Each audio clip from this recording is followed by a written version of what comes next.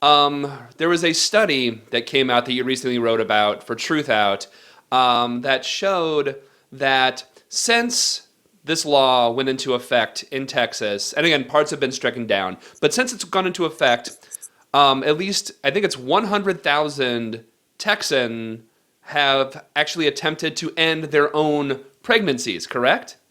Yeah, it's hard. So the way that these studies are done, they sort of have to ask general questions. So the study was done after HB2 was implemented, but they've sort of asked the question as a have you ever? So this would include a scope since before HB2 was put into place. The reason that the study is super important is that if somewhere between 100,000 and 240,000 Texans have attempted to self-terminate, that means that they're not able to access care.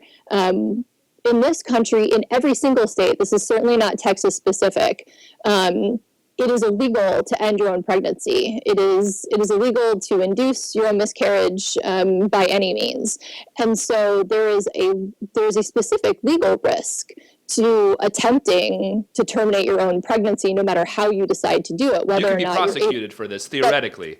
that's right. Well, and it's not just Not theoretically. theoretically, It's sure. happened in Indiana, Kentucky. There are lots of places like this is happening. Yeah. They're prosecuting and putting people in prison for anytime they think that they can try and say that you ended your own or attempted to end your own pregnancy, whether or not it was just a miscarriage or how it happened. The researchers are really great. Daniel Grossman, who's a co-investigator with the Texas Policy Evaluation Project, is also he's also a provider himself and a professor at the department, the OBGYN and Reproductive Sciences, the University of California, San Francisco.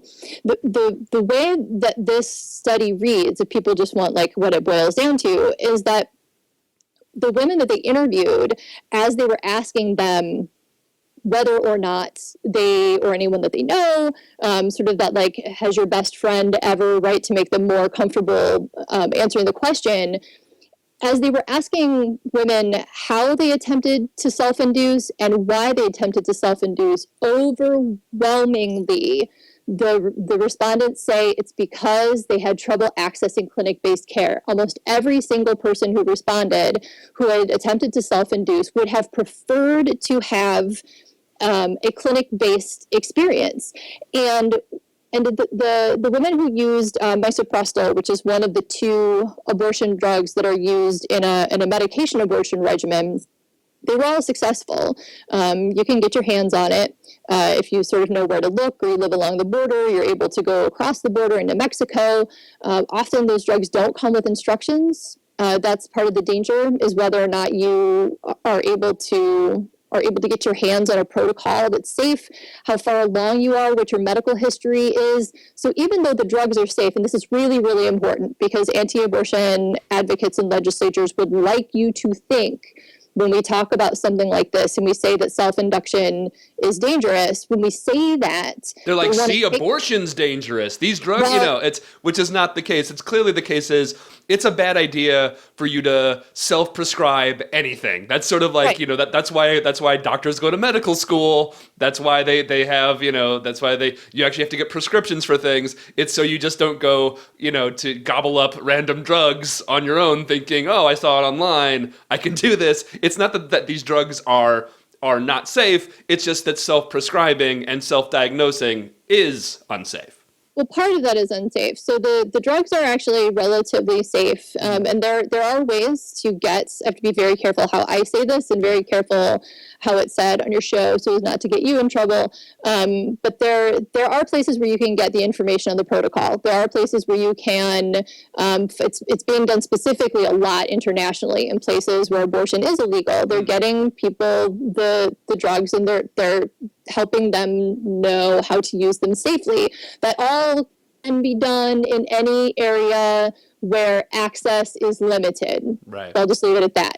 The trick is how far along are you in a pregnancy, right? So if you aren't able to go to a doctor to find out where you are gestation-wise, sometimes the drugs don't work because there's a certain point past which the protocol changes, or when medication abortion just simply doesn't work. And if it doesn't work, there are risks to for fetal anomalies past that should the pregnancy continue. So, and even beyond, even if it was perfectly safe, even if we got to a place where you could buy the drugs over the counter, like a lot of people want to be done with contraception the way we're doing in some places with some emergency contraception, even if you could go buy misoprostol over the counter with the instructions, just as a human being to go get treatment for a condition you no longer want to have, if that person wants to have clinic-based care, if they want to go to a doctor, they should be able to. Right. Amy Hegstrom-Miller, who's the CEO and lead plaintiff in the case in front of the court, said this on the press call yesterday. She said, I think it's important to point out that abortion is legal in this country, and so every woman deserves to have access to whatever method for terminating her pregnancy safely she might choose in her local community. That even if it were the case where it was perfectly safe and it worked every time and there were no repercussions, if you want to go to your doctor, a doctor in your community that you trust, that should be available to you. And so the number of women who said that they would have preferred to go to a clinic but couldn't and sought other remedies is troubling. That's the part from this study that's very troubling. And it's only going to get worse, right? If there are now, 20 fewer clinics in Texas than there were when parts of HB2 were implemented, if we cut that in half again and we're down to 9 or 10, we're talking about a 500-mile stretch from the center of the state to the western border, and a 300-mile stretch from San Antonio down to the valley with no clinics at all.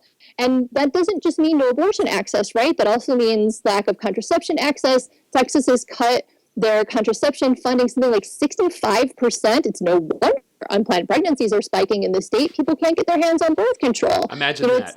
The Affordable Care Act only does you any good if there's a clinic for you to go to use that plan, right? So this is what's at stake in the spring, in June, when we hear from the Supreme Court. If this law is allowed to stand, this situation isn't just going to be in Texas, it's going to spread, because that means that there's going to be precedent for all these laws, 280 across the country that have been implemented since 2011. It is not hyperbole to say that this case that is before the court right now will make or break reproductive rights, access, and law in this country.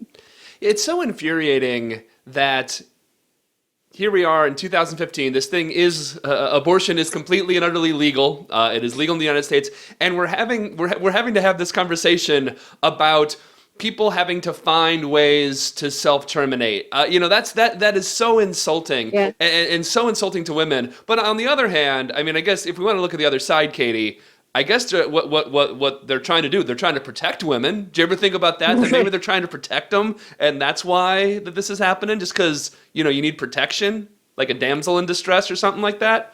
Yeah, I guess that's kind of, and I've said over and over that even if abortion regret were real, I will fight to the death for my and your right and ability to make decisions that you regret. And we know because of international studies that show that the legality of abortion has zero effect on the abortion rate, right? When abortion's illegal, abortion doesn't stop. People don't stop needing to terminate pregnancies simply because the legislature has decided that they don't want you to do it safely and legally in a medical setting, right? Abortion has existed since the beginning of time. In fact, bad news, religious right, God gives instructions to someone in the Old Testament on inducing an abortion because he thinks his wife has cheated on him. That abortion has literally existed since the beginning of time, no matter how you mark beginning of time.